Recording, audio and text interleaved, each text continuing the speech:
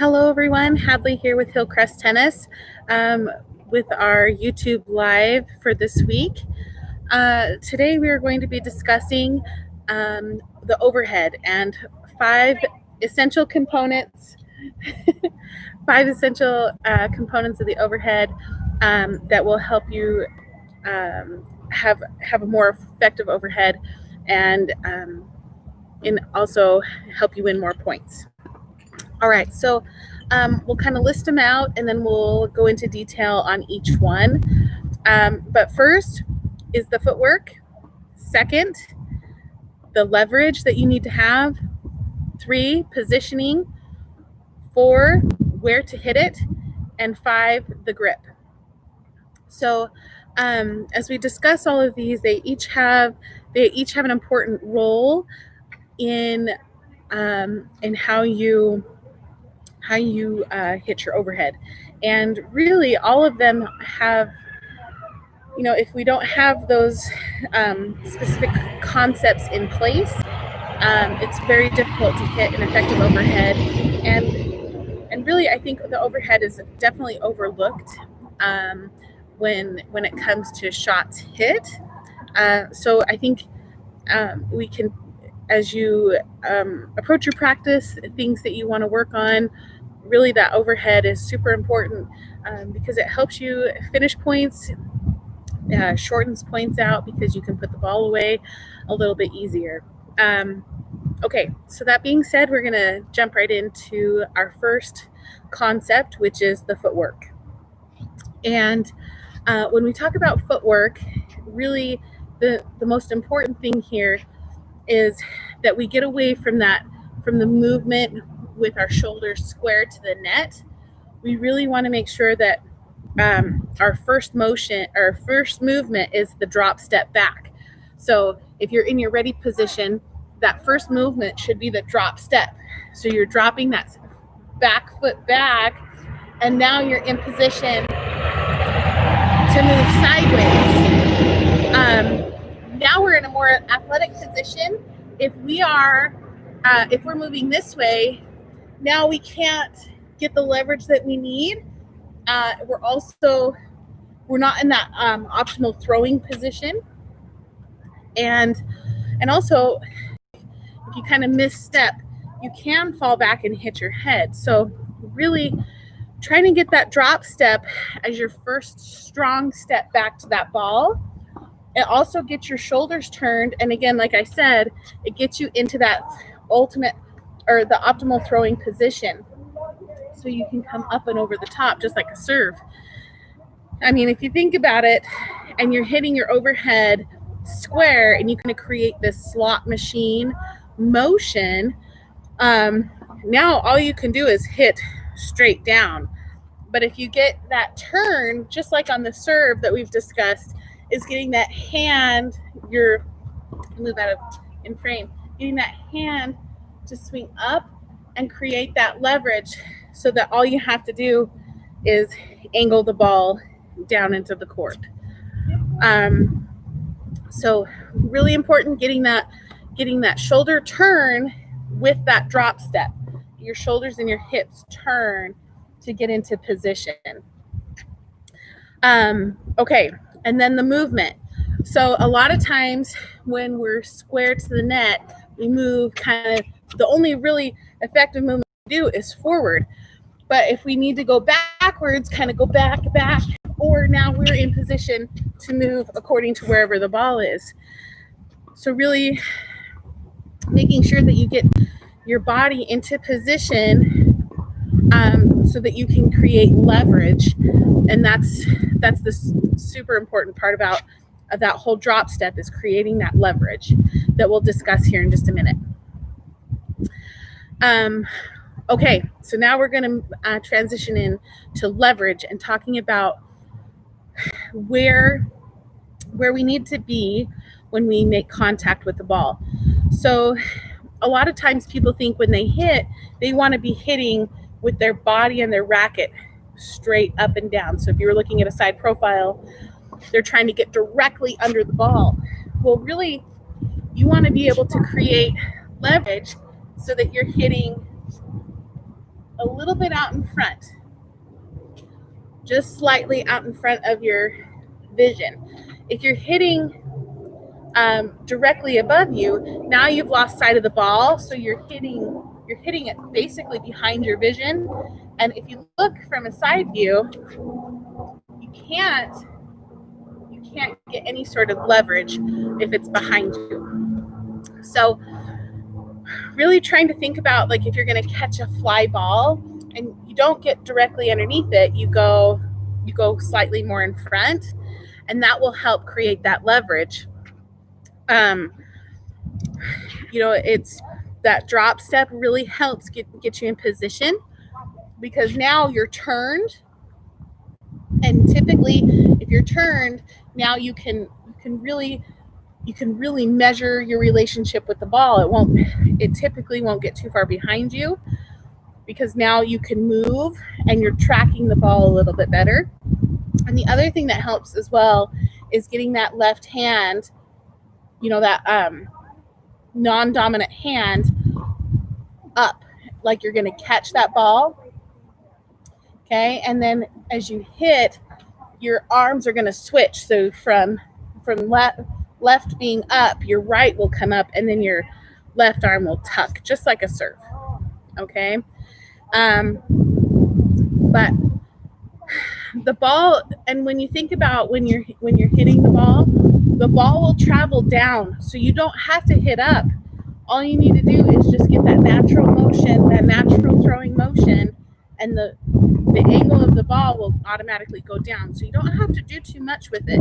You just have to make sure that you're in optimal position to hit your overhead, and that comes from that drop step and getting your shoulders turned. All right.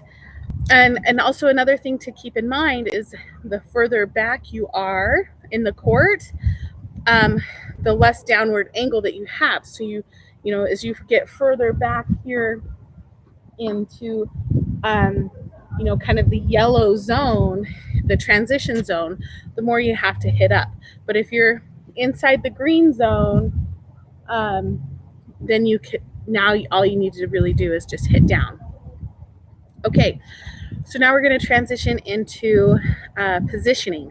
Okay, and positioning is basically where you are on the court, and how much power do you hit, and how much control do you need to have when you make contact with the ball. So I'll show you a little diagram. Okay, so if you were to look at this,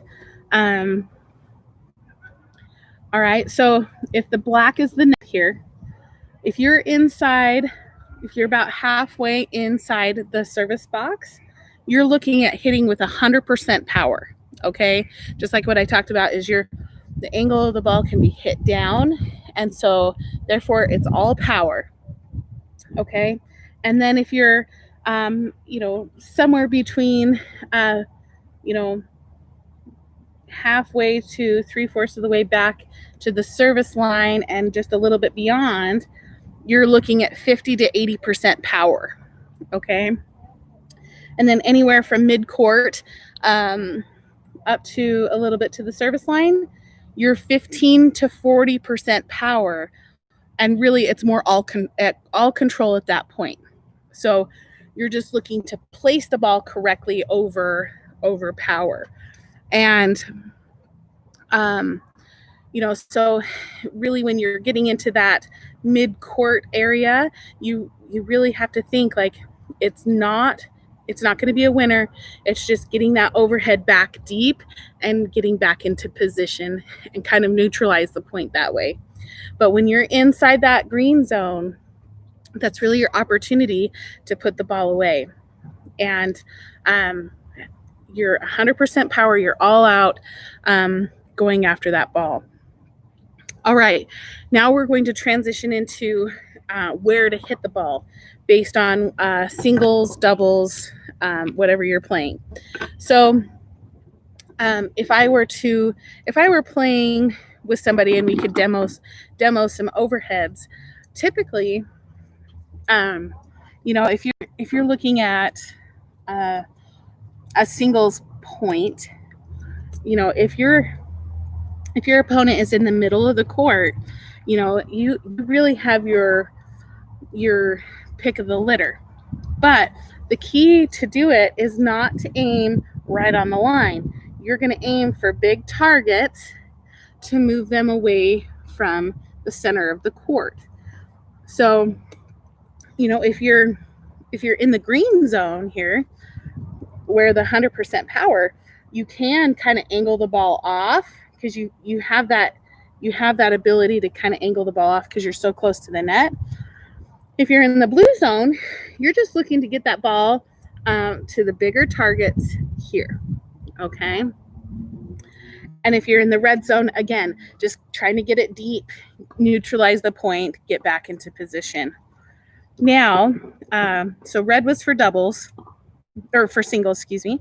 And then we're going to use the green to demonstrate for doubles. So let's think for a minute. If I'm going to hit an overhead and I have a person back here in this corner and I have a person at the net, the ideal spot is to hit right at this person at their feet. Don't hit it shoulder height. Try and hit down, because ideally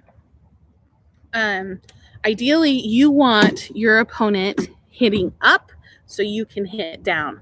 So anytime you have that opportunity to make your opponent hit up because they're on the defense, so that you can hit down so that you're on the offense, the better and the more effective you're going to be. And we've talked about we've really talked a lot about hitting outside the V. We've discussed the V. There should be a V here, and especially if you're in this green zone here, you can hit. You have that angle and that ability to hit to the blue.